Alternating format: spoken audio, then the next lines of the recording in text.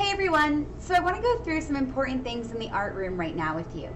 If you were here last year, some of this might look familiar. If you are new here, then this might all look new, and that's okay. But the first thing we're going to start with is our example student, who is Mona Lisa. If you look at this picture and she were a real student, her eyes are on the teacher, her mouth is closed, and her hands are still. That is what I need you guys to look like when you come into the art room. That you're looking forward, you're not talking, and you're not touching any of the supplies on the table until I tell you to.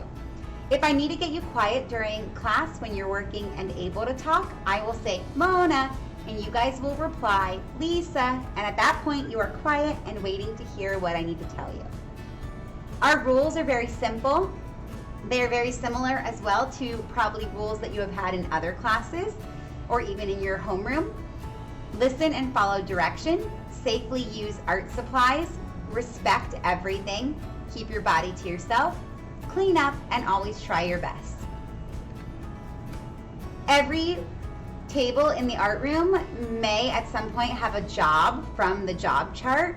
If you look at the paint bucket above your table, the color that it's spilling will match the color on the paintbrush that you see to the left of the jobs.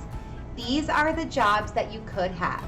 Distributors pass things out, collectors collect the materials, polishers help clean the table if we get something on it like paint or water, organizers will make sure all of the supplies on the table and counter look neat and ready to go for the next class, counter dryers will help wipe up any water on the tables or counters from washing hands or polishing the tables, and floor and table will make sure that there are no fallen markers or scrap papers or things lying around that got missed during cleanup.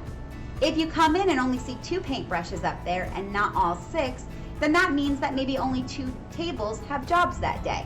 We will rotate this so every table will have the chance to have different jobs throughout the year. There is a way to earn a reward in art class, and that is through this crayon chart. On this chart, I've placed an empty crayon box for every class in the school. If you have a good art class and your entire class is on the ball doing what you should, no one needs several reminders, I will place a crayon in your box. It takes 8 crayons to fill your box. When your box is full, we will have an art party. An art party will be something like this.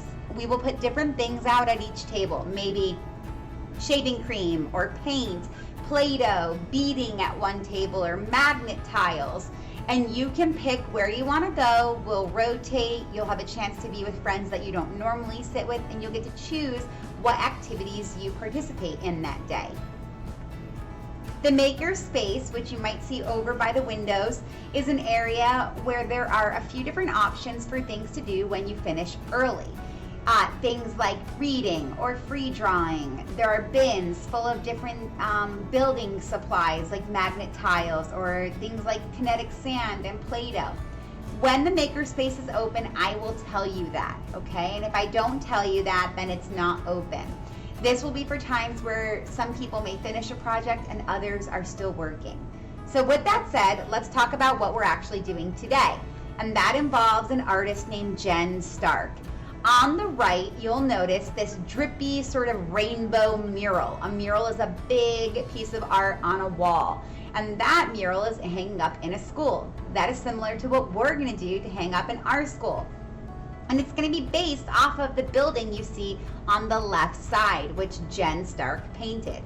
On that mural, you'll notice that she has areas of really bright, colorful, drippy rainbows and other spots that are just black and white. And we're going to be mixing those two to create a beautiful piece of art that every student will have a part of in our hallway. So let's learn a little bit more about Jen Stark.